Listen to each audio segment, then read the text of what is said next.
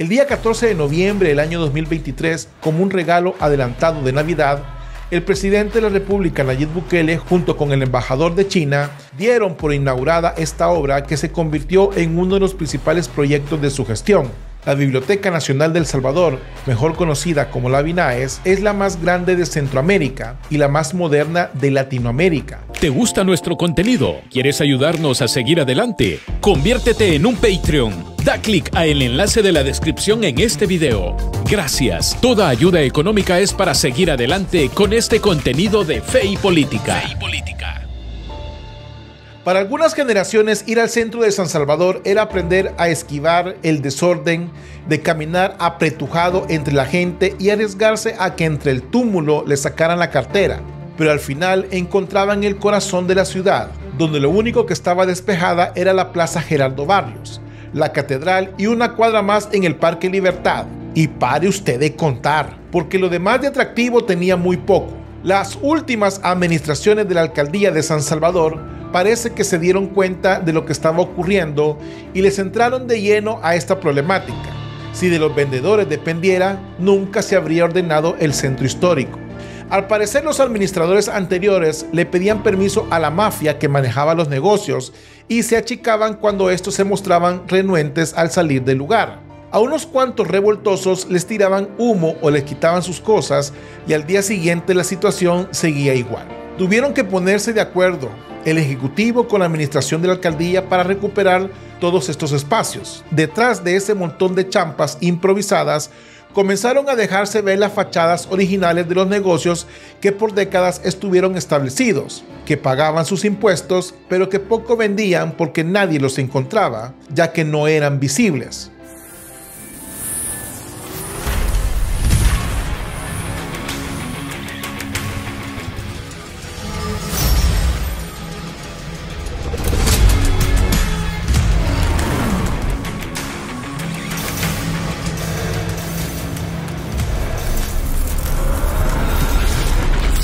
Política y fe, vista de otra manera. Damos inicio. Uno de los edificios que se había quedado obsoleto en el corazón de la ciudad fue la Biblioteca Nacional, que dicho sea de paso, desde el año de 1870 tuvo varias sedes y fue cambiando de edificios de acuerdo a las necesidades que fueron surgiendo y a los eventos de la naturaleza que impactaron en la infraestructura del país. A lo largo de la historia, las bibliotecas han sido los grandes centros donde se resguarda el saber, y a nivel mundial, cada vez que un imperio conquistaba a otro y quemaban las bibliotecas, se terminaba en gran parte de la cultura. Sin embargo, cuando los imperios invasores sabían de la importancia de estas, saqueaban estos lugares para que quedarse con la documentación sabían que era muy importante. En el mundo postmoderno, la concepción de biblioteca cambió. Aquellos edificios donde estaba el saber se volvieron más complejos. Las universidades fueron las primeras en hacer uso del Internet para poner sus libros en bibliotecas virtuales y compartirlas con otras universidades. El concepto de una biblioteca ya no se quedó nada más como un edificio físicamente, sino que se convirtió también en un entorno virtual. La biblioteca, como espacios físicos, tampoco han desaparecido. Sin embargo, ya no se limitan a un espacio solamente de lectura e investigación. La modernización los ha convertido en un espacio de aprendizaje, accesible a todos aquellos que quieran pasar una experiencia diferente a solo la rutina de agarrar un libro y leerlo. El presidente Nayib Bukele tuvo la visión de hacer de un espacio que había quedado en el olvido, que era muy poco visitado, a devolverle la vida, pero de nada servía mejorar lo que ya se tenía si su alrededor seguía en las mismas condiciones. En este sentido, el cambio debía ser integral. Para ello se tuvo que reordenar toda la zona, construir prácticamente nuevas plazas, de forma que el trabajo que se realizaría no solamente fuera un punto en medio del desierto, sino más bien que armonizar todo en su entorno. En el año 2022, la biblioteca antigua se demolió y la construcción de un nuevo edificio iniciaba. Por supuesto, no era un proyecto que salía del bolsillo del Estado salvadoreño. Este es un proyecto que se ha logrado gracias a las buenas relaciones que se tienen con China, quien no solamente apoya la construcción de este edificio, sino que también otros proyectos en el país.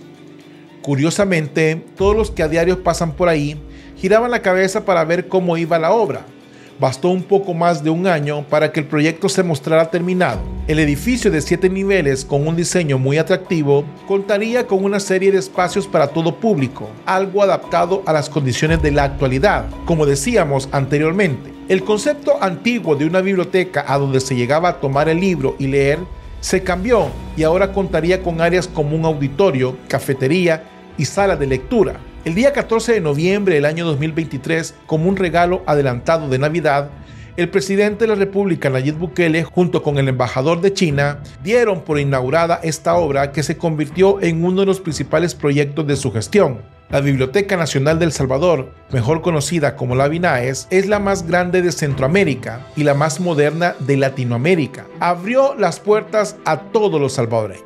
Ese día el presidente entregaba un proyecto para el aprendizaje con espacios dedicados completamente desde el ser humano más pequeño hasta el adulto mayor. Todo pensado en una educación integral. El mandatario realizó un recorrido en cada uno de los niveles y mostró a todo el pueblo que podemos estar a la altura de los grandes países, que no necesitamos pensar en pequeño y que nos merecemos también soñar y hacer realidad estos sueños. Las colas en los días posteriores para poder ingresar a la nueva biblioteca eran extensas. Había gente que hacía cola por horas.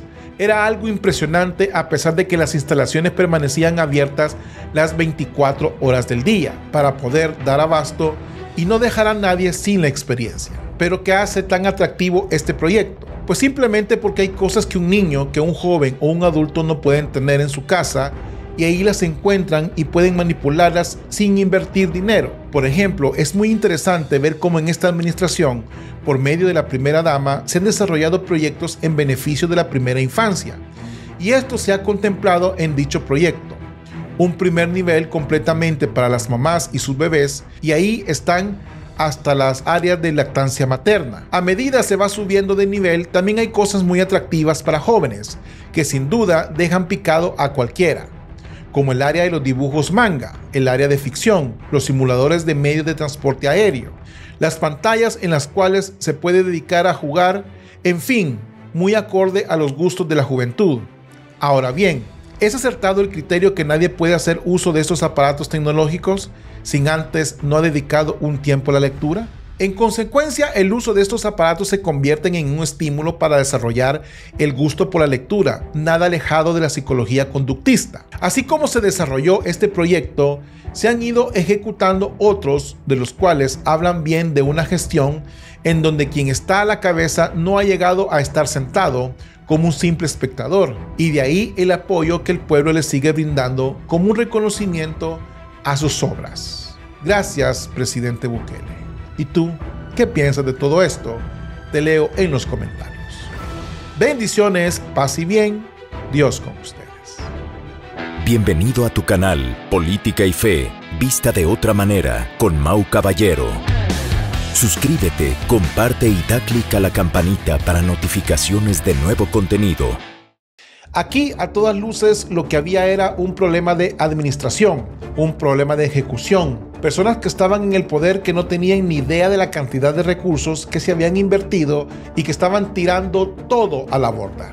Durante los gobiernos del FMLN surgieron muchas irregularidades en este proyecto y no pueden venir a decir que no fueron ellos y echarle la culpa del otro partido.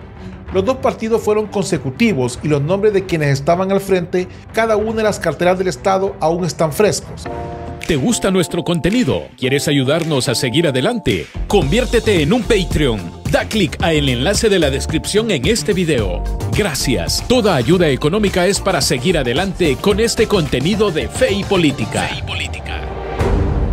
Tuvieron que pasar 15 años para que una obra de vital importancia para El Salvador comenzara a dar sus frutos.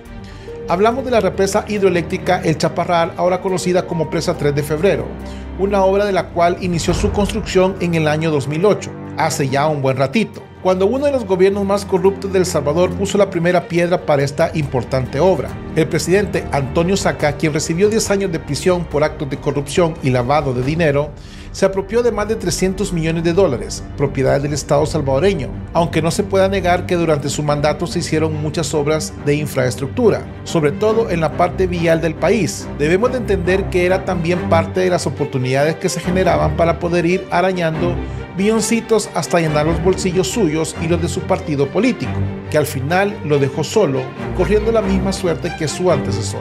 El antes locutor deportivo, en sus declaraciones en el juicio abreviado, reveló el destino de algunos montos. Sin embargo, nunca dio a conocer el paradero de 191 millones de dólares que se extrajeron de un erario público y que se supone fue dinero en efectivo. Saca iba de salida y el gobierno del cambio llegó con la misión de hacer próspero el país, y vaya que muchos le cayeron redonditos.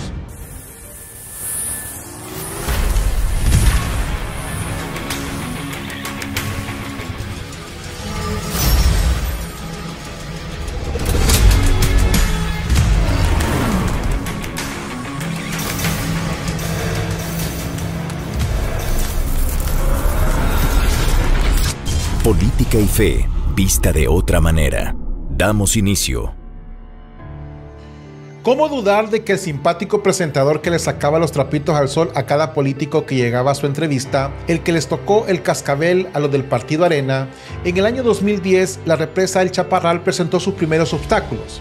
Hay cosas que dependen de la naturaleza ante los que nada se puede hacer, se supone. En este caso en particular, una de las tormentas que en su momento afectó los ríos de la zona, y esto llevó a rediseñar la obra. Es entendible la afectación de la diversidad. Lo que resulta un poco descabellado es que hayan tenido que pasar casi 10 años para que la obra se reanudara. Esto en cualquier proyecto es una pérdida y no se puede seguir pensando que es culpa de las cuestiones ambientales. Aquí, a todas luces, lo que había era un problema de administración, un problema de ejecución. Personas que estaban en el poder que no tenían ni idea de la cantidad de recursos que se habían invertido y que estaban tirando todo a la borda. Durante los gobiernos del FMLN surgieron muchas irregularidades en este proyecto y no pueden venir a decir que no fueron ellos y echarle la culpa del otro partido. Los dos partidos fueron consecutivos y los nombres de quienes estaban al frente, cada una de las carteras del Estado aún están frescos. La explicación en el retraso de esta obra se describe como una sola palabra: corrupción.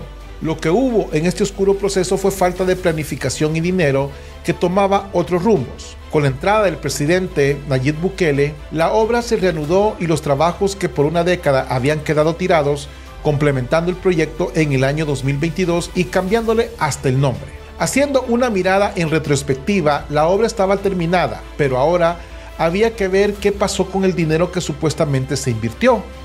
Como si fuera un país al que la plata le sobra y puede ir repartiendo dinero a quien se le antoje, la CEL pagó a la constructora Astaldi más de 65 millones de dólares antes de que este iniciara el proyecto. Tiempo después, la CEL pagó 108 millones a Astaldi para cerrar el contrato, aduciendo fallas geológicas, y así sucesivamente el dinero salía de la cartera del Estado. En el año 2015 los trabajos se reanudaron, pero ¿qué creen que resulta? Que ahora la obra ya no costaba lo que se pactó en un primer momento. Ahora el precio subía 71 millones más, ya que en el segundo periodo del expresidente del FMLN se anunciaba que una obra que había sido estimada en 219 millones de dólares ahora le costaba al Estado salvadoreño 470 millones de dólares. Imagínese usted lo que eso representa para un país que con costos tenía una baja recaudación fiscal y lo que podía costar recuperar la inversión. Sin ser un gran matemático, con solo saber contar con los dedos de las manos,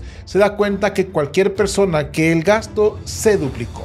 Si usted fuera una persona de escasos recursos económicos que quiere hacer su casita y el ingeniero o el albañil le hacen un mal presupuesto o le termine cobrando el doble, quizás le toque empeñar hasta la misma propiedad para salir con las deudas. Pues algo similar es lo que salió con este proyecto, que por lo visto fue la minita de oro para los que operaban del lado del gobierno, que se dedicaron a pasar la plata, y los que estaban del otro lado, los empresarios que vieron la oportunidad de obtener millonadas por hacer muy poco. Instalado el gobierno del presidente Bukele, se encontraba en una encrucijada. Por un lado, no se podía dejar la obra tirada, pero por otra parte había que soltar otra cantidad de millones de dólares si se quería terminarla. Se manejó en su momento que la obra podía terminar costando un poco más de 700 millones de dólares. Finalmente, la represa fue terminada en el año 2022. Si bien es cierto, la represa 3 de febrero no es la más grande del país, pero contribuye a la generación de la energía de la zona. Existen otras obras que fueron construidas con un capital menor e inyectan un porcentaje mayor de energía. Sin embargo, lo que podemos rescatar de todo este proceso no es cuánta energía se produce, sino más bien que se logró terminar algo que estaba destinado a perderse.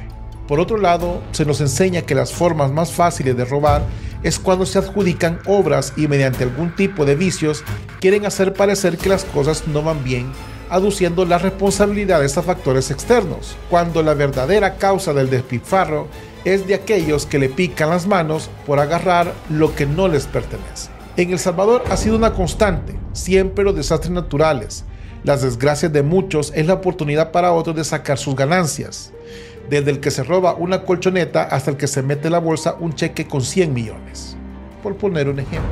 Quizás destinados a la ayuda humanitaria esos cheques, pero claro, cuando el dinero no nos ha costado hacerlos, nos sentimos con el poder de despilfarrarlo.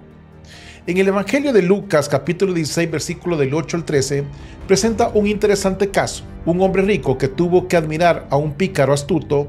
Los hijos de este mundo son más astutos que los hijos de la luz al lidiar con el mundo que ellos les rodea. Seguramente muchos admirarán la forma en que se desvió el dinero y se compraron favores durante se ejecutaron este tipo de obras. Pero la misma palabra también invita a actuar con honestidad. Si son fieles en las cosas pequeñas, serán fieles en las grandes. ¿Y ustedes qué piensan de todo esto? Los leo en los comentarios. Bendiciones, paz y bien, Dios con ustedes.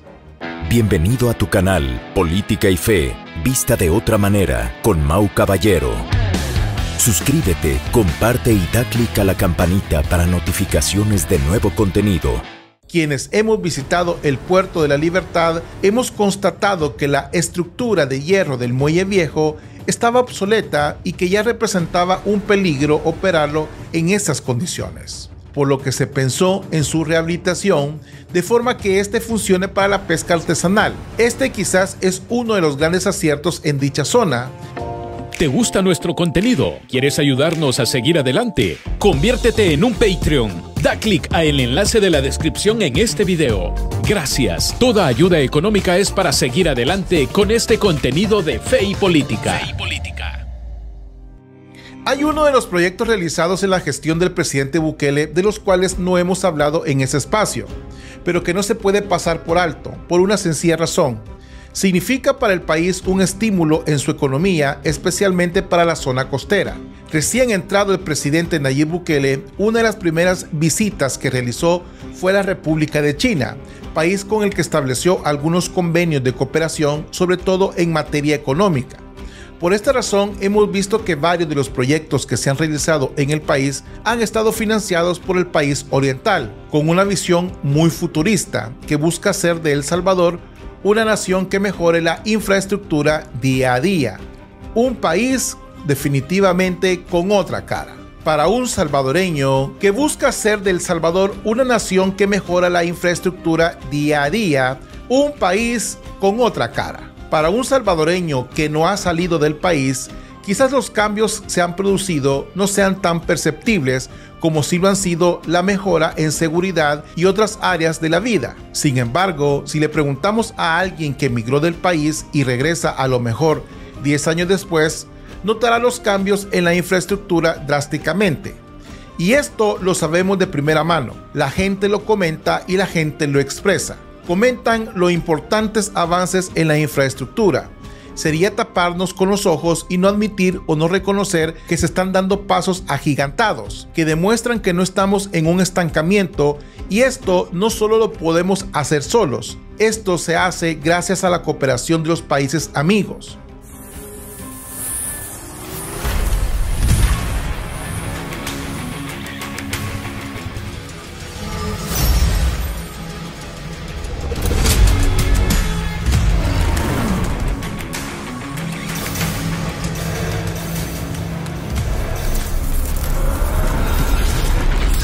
Política y Fe, vista de otra manera. Damos inicio. Uno de los sectores más beneficiados con la inversión en la infraestructura ha sido el Departamento de la Libertad, bendecida por sus playas, por su gente, por sus olas y su capacidad de poder generar dinero. El proyecto financiado por el gobierno chino, el Muelle de la Libertad, es una obra que se desarrolló en el año 2023 y que forma parte de otras infraestructuras como la ampliación de la calle a 4 carriles y el paso a desnivel que evita el embotellamiento en la zona. Quienes hemos visitado el Puerto de la Libertad hemos constatado que la estructura de hierro del muelle viejo estaba obsoleta y que ya representaba un peligro operarlo en esas condiciones, por lo que se pensó en su rehabilitación de forma que este funcione para la pesca artesanal. Este quizás es uno de los grandes aciertos en dicha zona. Quienes iban al puerto y querían tener de cerca las olas, a lo mejor les tocaba andar entre medio de los vendedores de pescado, aunque su intención no era comprar. La construcción de un nuevo muelle se vio como una necesidad. Esto iba a permitir separar la actividad pesquera de aquellos que solo visitaban el lugar por una cuestión meramente turística. En el año de 1967 fue pactado el contrato de construcción del muelle de hierro, como se le conoce en la actualidad a esta infraestructura, y en 1969 fue construido desde entonces en la ciudad. Se dependía únicamente de este muelle para la actividad pesquera. Gracias a la visión futurista del presidente Nayib Bukele, se realizó en el año 2023 la construcción de esta importante obra por un monto de más de $18 millones, un proyecto que se distancia mucho de lo que estábamos acostumbrados a ver. La intención con esta nueva obra es que el turista que visita la zona goce de una nueva experiencia, pero no es simple y sencillamente ir, darse una vuelta en la plataforma y regresar. Ese no es el chiste. Se trata de generar también una fuerte actividad económica. Como es lógico, quien visita el lugar no va con las manos vacías. Tampoco estamos diciendo que es una condición llevar una gran cantidad de dinero.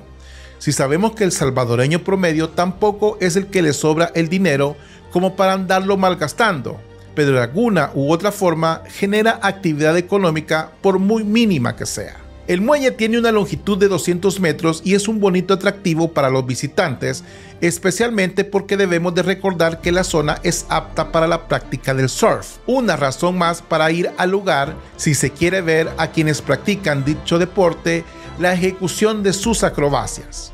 En el año 2024 la obra fue inaugurada y el embajador de China expresó su compromiso de trabajar de la mano con el gobierno de El Salvador para seguir desarrollando la infraestructura.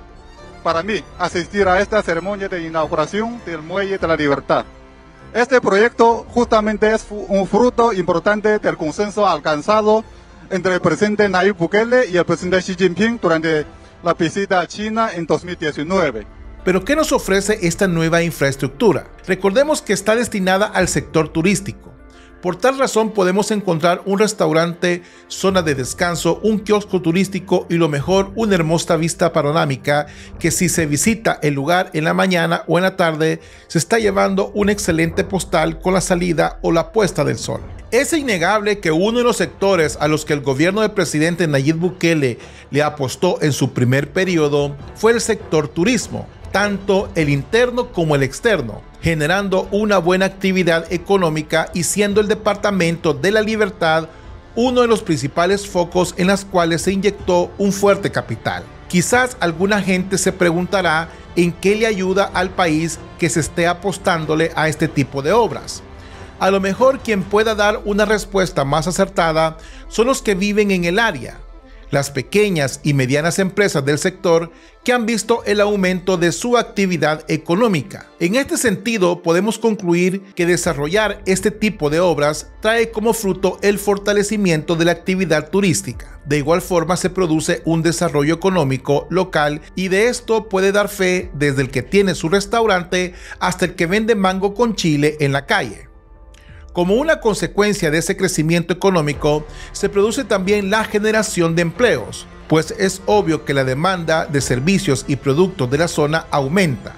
Focalizar puntos estratégicos de inversión al final beneficia a todo un país. El atractivo que muestra la comunidad internacional lo vuelve un destino turístico que no solamente ofrece seguridad, sino también una bonita experiencia, y que para algunos no solamente se queda en un visitar, sino en la posibilidad de invertir y, por qué no, hasta una buena opción para vivir.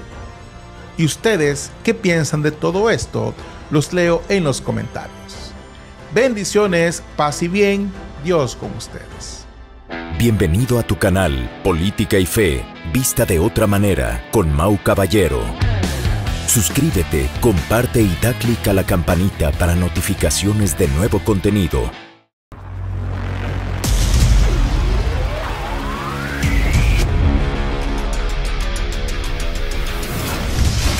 Política y Fe, vista de otra manera.